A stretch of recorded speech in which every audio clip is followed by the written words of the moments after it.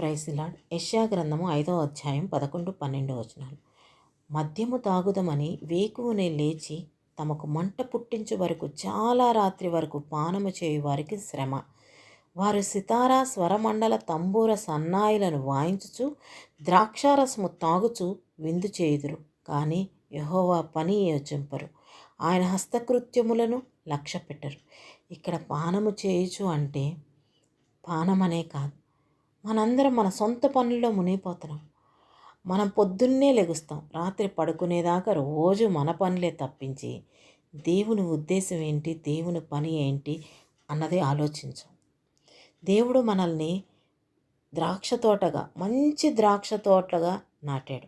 దేవుడు ప్రతి వ్యక్తిని ఒకే ఉద్దేశంతో పిలుస్తున్నాడు. అవేంటంటే నీతిగా జీవించడం, ఆయన సత్యాన్ని పంచడం, మన ప్రతి పని వలన ఆయనకు మహిమ తెచ్చే విధంగా మనం నడుచుకోవడం, మన నడవడికడ ఉండడం.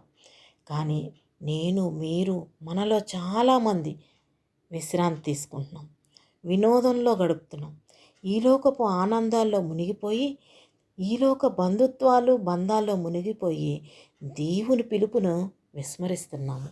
అలా చేస్తున్నాం కదా. దేవుడు మనల్ని మంచి ద్రాక్ష తోటలాగా నాటాడు. ఆయన వాక్య జలముతో నీరు పోశాడు.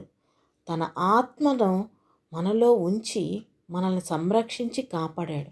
ఇప్పుడు ఆయన మన జీవితంలో పండ్లను ఆశిస్తున్నాడు.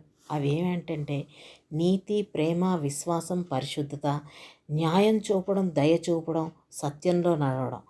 ఆయన ఉద్దేశానికి అనుగుణంగా జీవించడమే యెహోవా పని. ఆయన హస్తకృత్యముల్లో లక్ష్య పెట్టరు. దేవుడు ఎలా పని చేస్తున్నాడో ఆత్మీయంగా గ్రహించే జ్ఞానం కలిగి ఉండాలి మనం.